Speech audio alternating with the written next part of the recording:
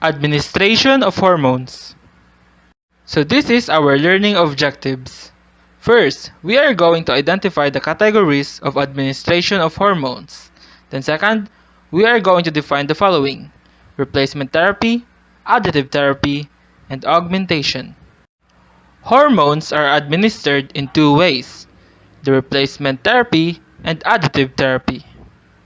First, we are going to discuss the replacement therapy.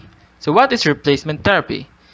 These are hormones that are administered at physiological level. Insulin, thyroxine, vasopressin, gonadotrophins, and ACTH are just a few examples of hormones that are given at physiological levels. Now, let's discuss the additive therapy. So what is additive therapy? These are hormones that are administered at pharmacological levels. Side effects may occur if administered at pharmacological level.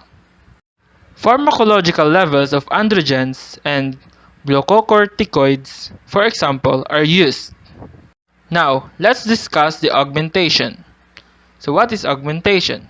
Augmentation is the process of mixing proteins hormones with copper, zinc, or iron from heme to extend the duration of activity of a hormone.